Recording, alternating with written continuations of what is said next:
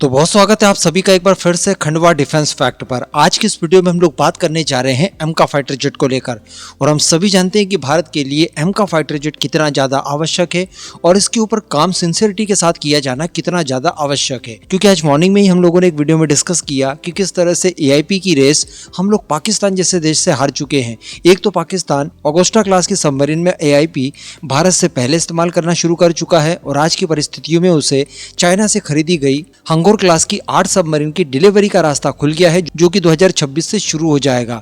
और भारत की बात की जाए तो भारत के पास AIP सिस्टम आने में कम से कम 2032 का समय लग सकता है। कहने का मतलब भारत के अंदर ज्यादातर जिम्मेदारियां हमारी सरकारी डिपार्टमेंट्स के ऊपर है, जहां पर लेट लतीफी बिल्कुल आम सी बात है। जब तक आप प्राइवेट कंपनियों को अपने इन सेक्टर में बड़ी जिम्मेदारी नहीं देंगे, तब तक आप America, China, Russia, France, UK या फिर इजराइल जैसे देश नहीं बन पाएंगे। इसी वजह से निश्चय ये किया गया था कि एमका के लिए भी जो मैन्युफैक्चरिंग होगी वो प्राइवेट डिफेंस कंपनियां ही संभाले, जिसके लिए कंसोर्टियम का सिस्टम रखा गया था। यानी 2 या 2 से अधिक कंपनियां आपस में कंसोर्टियम तैयार करके उसके बाद बिडिंग करें और बिडिंग के दौरान जिस कंसोर्टियम को चुना जाएगा वही एमका के निर्माण की जिम्मेदारियां संभाले। इसी बीच LNT की तरफ से ये भी बताया गया कि एमका की मैन्युफैक्चरिंग के लिए जो बिडिंग की प्रक्रिया शुरू होगी वो संभवतः वर्ष 2027 के चौथे क्वार्टर में होगी। और अगर बात की जाए इसके पहले प्रोटोटाइप की तो वर्ष 2028-29 में ये बनकर तैयार हो जाएगा। उसके बाद इसकी टेस्टिंग वगैरह शुरू होगी। लेकिन इसी बीच खबर निकलकर ये आ रही है कि LNT और BEL का जो कंसोर्टियम है, यहाँ पर एक और प्लेयर शामिल हो गया है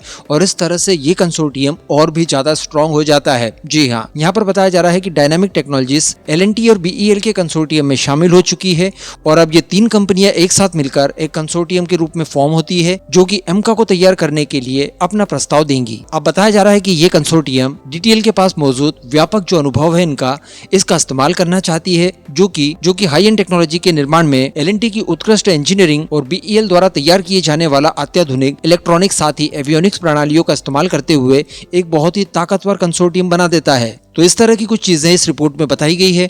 लेकिन इस रिपोर्ट में एक और चीज थोड़ी सी चौंका देने वाली है। देखिए, अभी तक हम लोग नेवल एमका को लेकर किसी प्रकार की कोई जानकारी नहीं रखते हैं। इसके ऊपर चर्चाएं तो समय समय पर होती रही, लेकिन ऐसा कंफर्मेशन कभी नहीं आया कि भारतीय वायुसेना भी नेवल एमका चाहती है।